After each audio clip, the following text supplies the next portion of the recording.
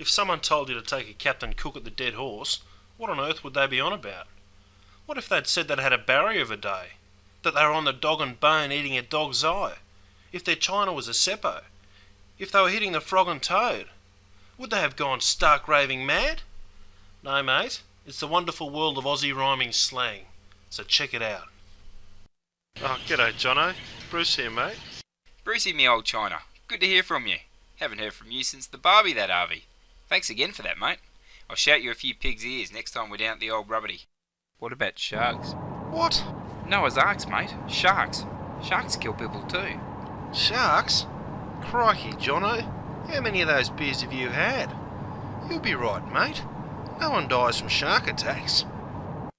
Oh, fair crack of the whip, sport. Look, me China's got a crook arm because the Noah's Ark thought it was Tucker. His arm's cactus, mate. I'm afraid he's going to gark it.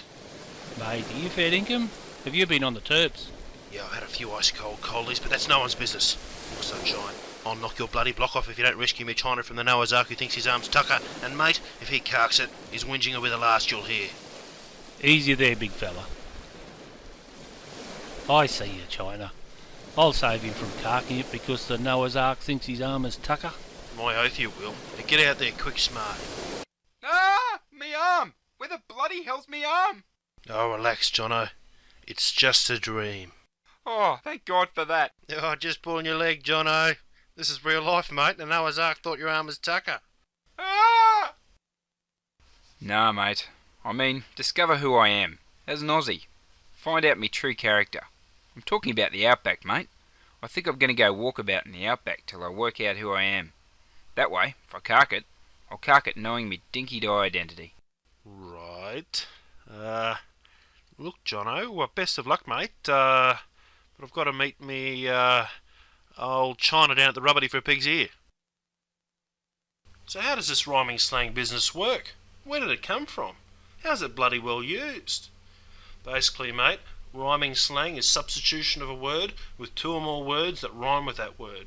So, mate, for example, Captain Cook is rhyming slang for look, dog and bone, phone, plates of meat, feet, potato peeler, Sheila, pig's ear, beer, dead horse, tomato sauce, skyrocket, pocket, wally grout, shout, Noah's Ark, shark, bag of fruit, suit, dog's eye, pie, cheese and kisses, missus, frog and toad, road.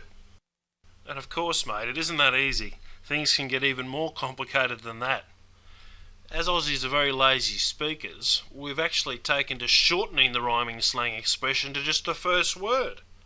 For example, if you had a barrier of a day, it meant you had a Barry Crocker of a day, which means that you had a shocker. And if you told a porky, it means that you told a porky pie, which of course is a lie. And if you were meeting your China at the Rubbity, it means that you were meeting your China plate at the Rubbity Dub, which means that you were meeting your mate at the pub. God, hard yakka, eh, mate? And to make things even worse, we're so lazy that sometimes we shorten the first word of the expression and add one of our famous O or E endings. For example, mate, if I called you a seppo, then I really mean septic tank, which of course is rhyming slang for yank, which in turn means anti-American. Under control, matey? Don't worry, we don't use rhyming slang all that much, but just enough for you to notice every now and then if you listen. For example, you might hear someone ordering a dog's eye at the footy. Just a bit of fun, mate. Of course, mate, there's all sorts of theories about where rhyming slang came from. What's certain, though, is that we've been using it since at least the late 19th century. The Cockney influence is obvious, mate, and I won't deny it, the Cockneys are the masters at rhyming slang. And it's no surprise with our working class history that some of their language and their style of speaking rubbed off on us. So our rhyming slang overlaps with theirs. That is, mate, some of our vocabulary is the same as the Cockney vocabulary, since it hasn't changed since the first Cockneys were sent over here as convicts, or came as free men. Since then, of course, each of our rhyming slang vocabularies has grown independently, so if I came across a Cockney today, he could use expressions I wouldn't understand, and similarly, I could use expressions he wouldn't understand. As I said though, mate, they are the masters, and I would expect his rhyming slang vocabulary to be a lot bigger than mine.